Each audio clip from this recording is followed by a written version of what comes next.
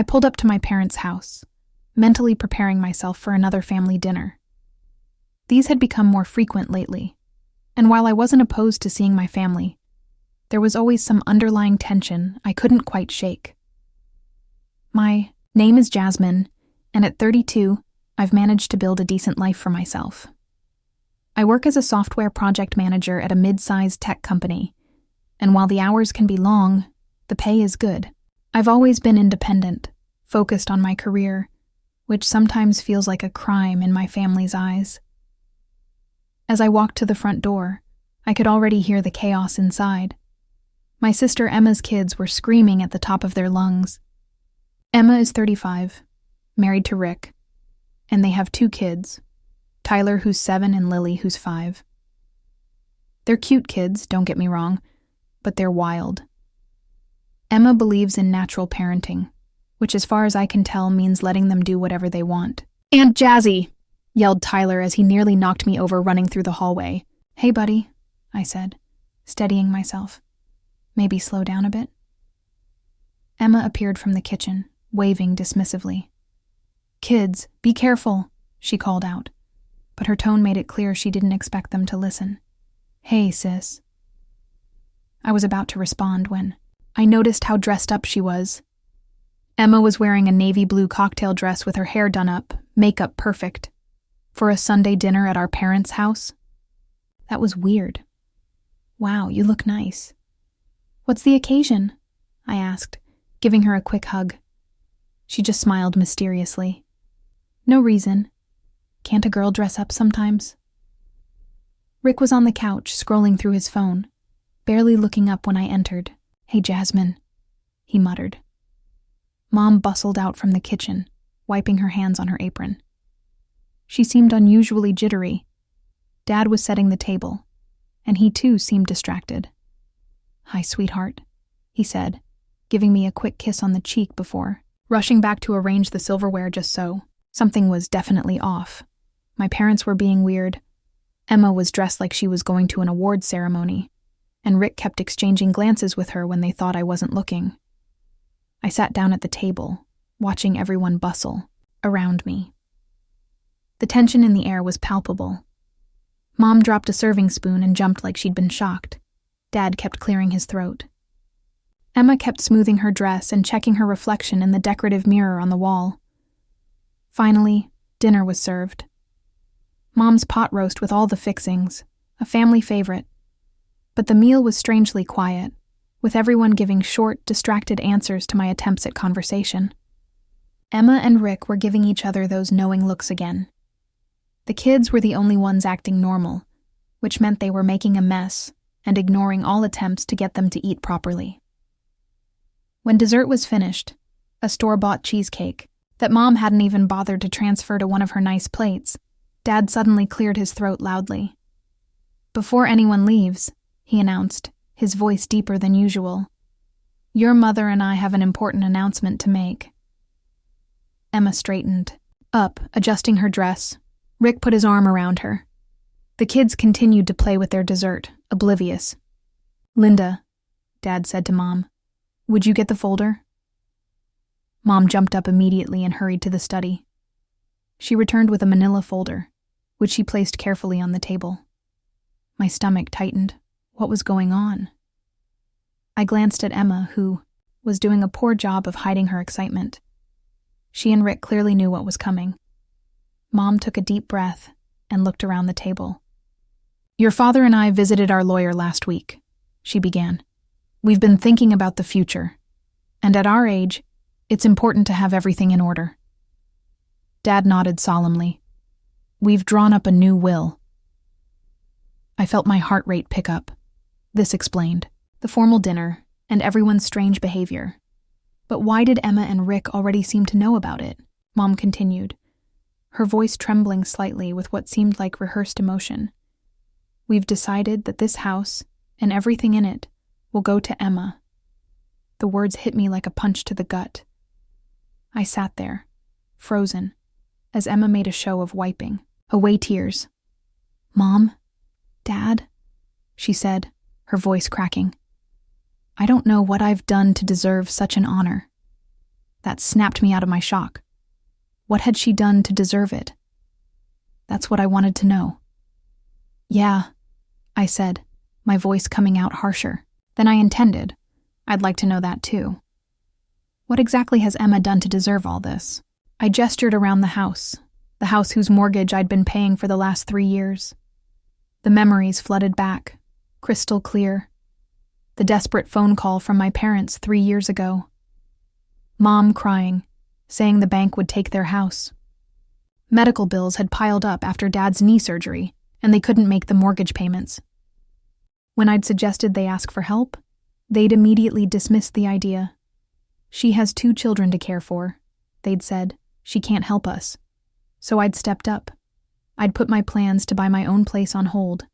I'd been paying their $2,400 monthly mortgage for 3 years straight, plus utilities, plus emergency expenses whenever their car broke down or the water heater needed replacing. And all this time, Emma and her family had been regular fixtures here, never once offering to help financially, or even with simple tasks like washing dishes after these family dinners.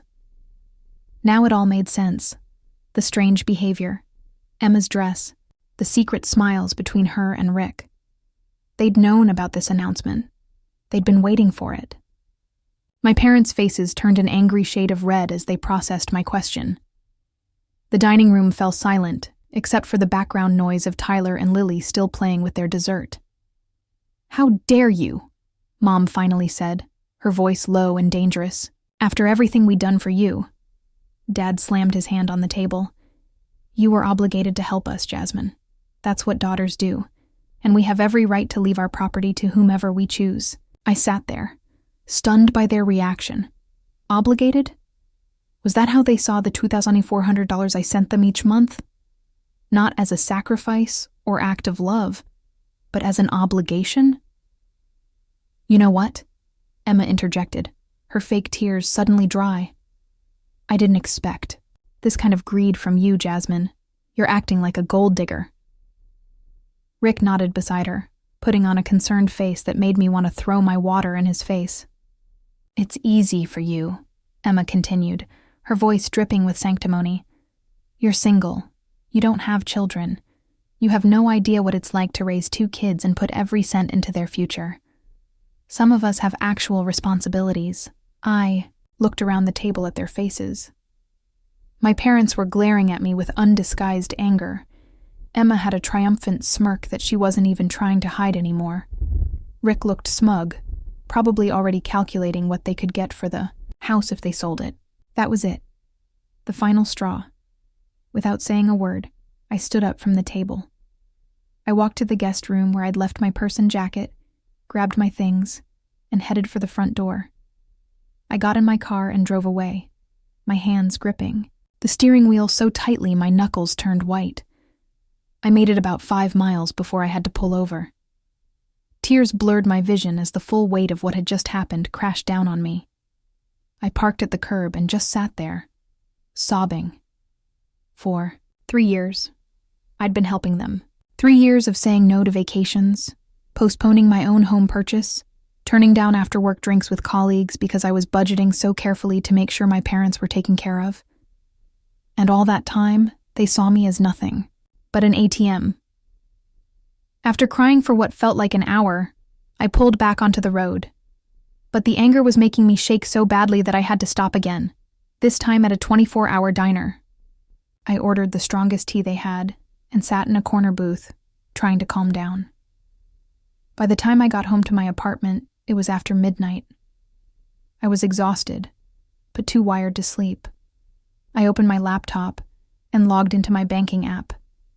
Something I'd been avoiding doing for the last 3 years because I didn't want to see exactly how much I'd been spending on my parents. I created a spreadsheet and went through my transaction history, meticulously documenting every payment.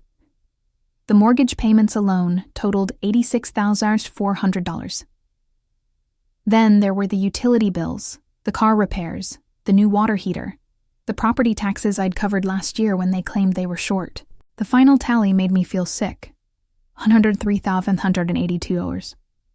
Over $100,000 that I would never see again, given to people who didn't even have the decency to be grateful.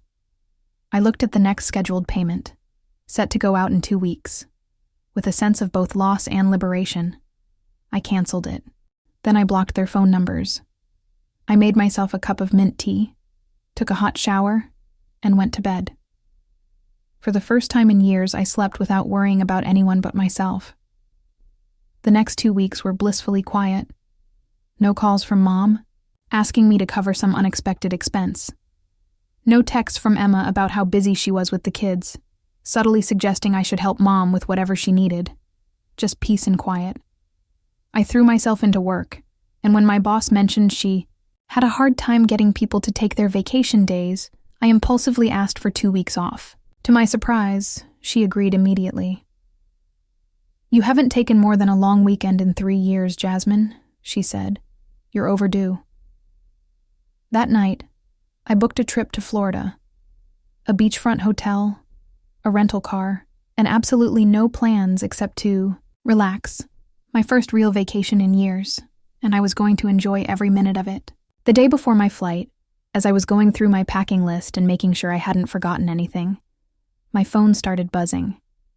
I glanced at it and saw my mom's name on the screen. I had unblocked her number after a week, not out of forgiveness, but because I wanted to know if there was a genuine emergency. I ignored it. She called again, and again. Then Dad started calling. Then Emma, back to Mom. It was relentless. After about 20 calls, I finally picked up. "What?" I snapped already, regretting my decision. "Where is the money?" Mom shouted, not even bothering with a hello. "The mortgage payment was due yesterday and the bank called us. You didn't transfer the money." I couldn't help it. I laughed. The sheer audacity of it was almost impressive. "What's so funny?" Mom demanded. "This is serious, Jasmine. You need to send the money right away." "Let me get this straight," I said, still chuckling in disbelief. "You leave the house to Emma in your will, but you expect me to keep paying for it? Are you serious right now?" "This isn't a joke," she yelled. "We could lose the house." "That's not my problem anymore," I said, surprised by how calm I felt. "The house belongs to Emma now, so let her pay for it." "How can you be so selfish?" Mom's voice rose to a shriek. "After everything we've done for you, this is your family duty, Jasmine." "No, it's not," I replied. "My duty to myself is to stop letting you take advantage of me. Emma gets the house. Emma can pay the mortgage.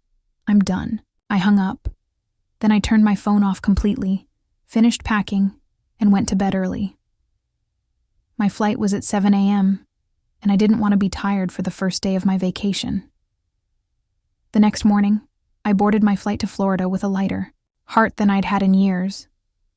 For 2 glorious weeks, I was going to think about nothing but sunshine, ocean waves, and what book to read next. The Florida sunshine was exactly what I needed. I checked into my beachfront hotel, tossed my suitcase on the bed, and immediately changed into my swimsuit. Within an hour of landing, I had my toes in the sand and a fruity drink in my hand. But my family wasn't ready to let me enjoy my peace. My phone kept buzzing with texts and calls that I ignored. I should have kept them blocked, but some part of me wanted to know what they were saying, like watching a car crash in slow motion. "Mom!" the bank called again. "We need that money now." "Dad, your mother is very upset. Call us immediately."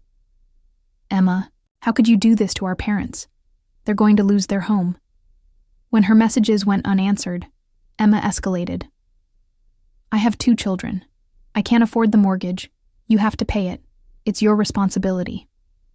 That last one made me laugh, out loud, startling the couple on the beach chairs next to mine. I decided to block them all again and focus on my vacation. For the next few days, I lived the life I'd been denying myself for 3 years. I swam in the ocean, took a sunset cruise, ate at nice restaurants without checking prices, and slept in as late as I wanted. I took selfies on the beach and at local attractions, posting them on my social media without thinking twice. Big mistake. By day 4 of my vacation, the comments started appearing on my photos. "Mom, How can you be enjoying yourself when you know we're about to lose our home? So cruel. Emma, must be nice to have no responsibilities while your family suffers. Hope you're proud of yourself. Rick, your sister is crying every night worried about your parents, but enjoy your selfish vacation. I should have deleted the comments and moved on, but something in me snapped. I was tired of being the villain in their story. So I posted a picture of myself with a gorgeous sunset behind me and captioned it, "First vacation in 3 years. The years I spent paying my parents' $2,400 monthly mortgage." That's when all hell broke loose. Relatives I hadn't heard from in ages started commenting, asking what was going on. My cousin Alicia messaged me privately. "What's this about you paying your parents' mortgage?" Aunt Linda never mentioned that. Before I could respond to anyone, my phone alerted me to a new notification. I had been removed from the family WhatsApp group. Curious, I texted my cousin Alicia and asked what was happening in the group. She sent me screenshots. My mother had posted a long message. "Our daughter Jasmine has abandoned us in our time of need. After all we've done for her, raising her and supporting her, she has turned her back on us out of jealousy toward her sister. We may lose our home because of her cruelty. Please pray for us during this difficult time." My blood boiled.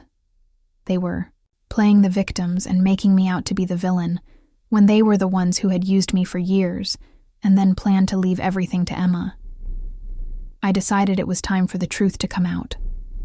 I went to my social media page and typed out a post that all my relatives would see. I need to set the record straight. 3 years ago, my parents called me saying they were in financial trouble and might lose their house. I stepped up and have been paying their $2,400 monthly mortgage plus utilities and other expenses ever since. In total, I paid over $100,000 to keep them in their home. Last month, they announced they're leaving the house to my sister in their will. When I questioned this decision, they told me I was obligated to help them as their daughter. Now they expect me to continue paying for a house that will never be mine. I love my parents, but I won't be used as an ATM anymore. I attached screenshots of some of the bank transfers I'd made to my mother over the years. The evidence was undeniable. The response was immediate. Relatives flooded my post with supportive comments. "I had no idea, Jasmine. Your parents told everyone Emma was helping them financially. This is outrageous. You were taken advantage of. Stay strong, girl. You did the right thing cutting them off." Mom and Emma tried to claim in the comments that I was lying, that the money was a gift not specifically for the mortgage, but no one was buying it. The family had seen the evidence. After that explosion of drama, I decided to truly disconnect. I unfollowed my parents and sister on all social media platforms, blocked their accounts, and turned off my phone for the rest of my vacation. The remaining days in Florida were peaceful. I read books on the beach, went parasailing, took a day trip to the Everglades, and started thinking about my future. With an extra $20,400 in my monthly budget, I could actually start saving for my own home. The thought filled me with excitement and possibility. When my vacation ended and I flew back home, I felt refreshed and clear-headed. The concierge in my apartment building stopped me as I was bringing in my luggage. "Miss Jasmine, your parents were here yesterday asking about you. They wanted to know if you were back from vacation yet." My heart sank. So they were trying to ambush me at home now. "Thank you for letting me know, Miguel. If they come back, please don't let them up. I don't want to see them." He nodded sympathetically. "Understood. Miss Jasmine, I'll inform the other concierges as well." I spent the next few weeks throwing myself into work. For the first time in years, I was saving significant money each month. I met with a financial advisor who helped me create a plan to save for a down payment on my own home. I calculated that, within a year, I would have enough for a modest condo in a neighborhood I liked. The sense of freedom was intoxicating. I started socializing more, joining a hiking group and accepting invitations to happy hours with colleagues. Life was good. Then, one evening, about 2 months after the family dinner fiasco, I walked out of my office building to find my parents. waiting by my car in the parking lot. My stomach dropped, but I kept my composure as I approached them. Mom looked thinner, with dark circles under her eyes. Dad seemed older somehow, his shoulders slumped. "What do you want?" I asked, keeping my distance. Mom stepped forward, her eyes pleading. "Jasmine, please, we need to talk." Mom stepped forward, wringing her hands. "Jasmine, we made a mistake. We've been talking and..." She glanced at Dad. "We're willing to change the will. We can make it fair. Split everything between you and Emma. We just need your help with the mortgage. Please." I couldn't help it. I laughed. It was so transparent. "So that's why you're here? You still want my money?" "It's not like that," Dad protested. "We're genuinely sorry. Are you just sorry that your ATM stopped working?" Mom's face crumpled. "How can you be so cold? We raised you. And then you used me. For 3 years, I paid your bills while Emma did nothing. Then you decided to leave everything to her. Now you're only here because you need money again. We can't make the mortgage payments," Mom said, her voice rising with desperation. "The bank is threatening foreclosure." "That sounds like Emma's problem," I said coldly. "The house is going to her, right? Let her figure it out." "She can't help," Mom cried. "She has the children to think about." I shook my head in disbelief. "You know what? I don't care anymore. Emma is 35 years old, her kids are in school. There's nothing stopping her from working to help you out." "But, no," I cut her off, "I'm done. I've spent over $100,000 on you in the last 3 years. Money I could have used for my own home, my own future. And you didn't even have the decency to be grateful." Mom started crying loudly, causing a couple of my coworkers walking to their cars to look over curiously. I knew this tactic too well now. The tears were just another form of manipulation. "I hope you and Emma figure something out," I said, unlocking my car door. "Maybe get second jobs. That's what people do when they can't pay their bills." "This is all your fault," Mom shouted as I got in my car. "If you had just kept helping us." I shut the door, cutting off her words. As I drove away, I saw them standing in the parking lot, Mom still yelling while Dad tried to calm her down. I felt nothing but relief as they disappeared in my rearview mirror. That confrontation was 6 months ago. True to my word, I haven't given them a cent since. According to my cousin Alicia, who still keeps me updated despite my parents' attempts to turn the family against me, they both found part-time jobs to help make the mortgage payments. Dad's working at a hardware store on weekends, and Mom's doing administrative work at a dental office 3 days a week. Emma still doesn't help them financially. She's too busy telling anyone who'll listen that I'm the villain in this story, that I abandoned my elderly parents out of petty jealousy. Most of the family doesn't believe her anymore, but she keeps trying. As for me, I'm doing better than ever.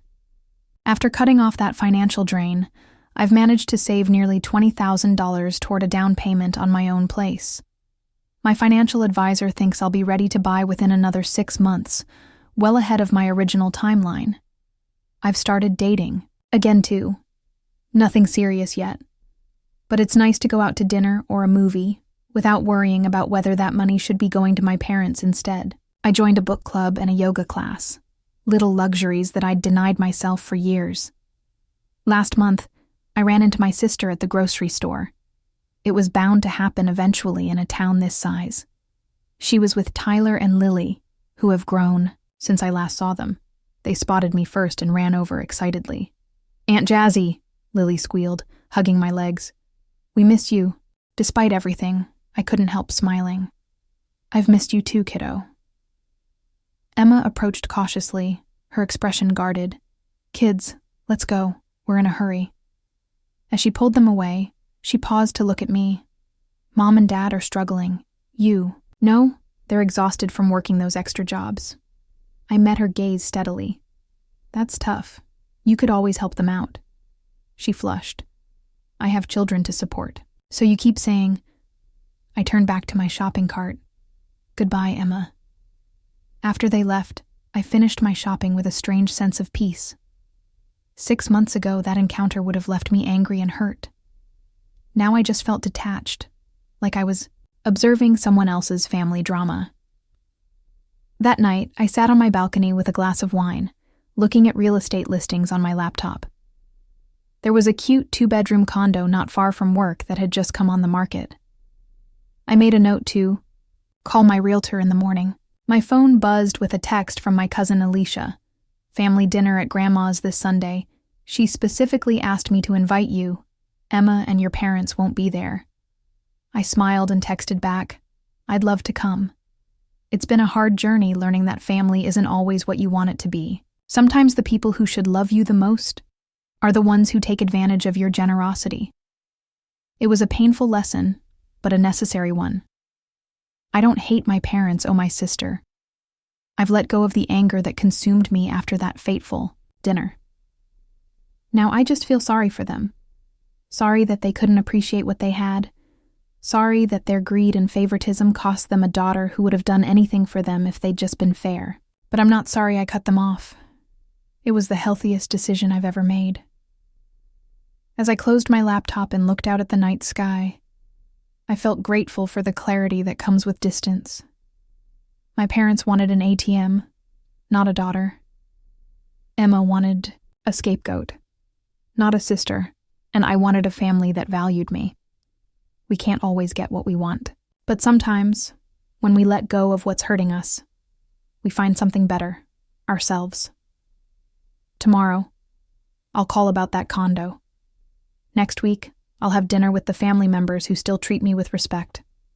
And every day, I'll continue building the life I want, free from manipulation and guilt. It turns out that's worth more than any inheritance could ever be.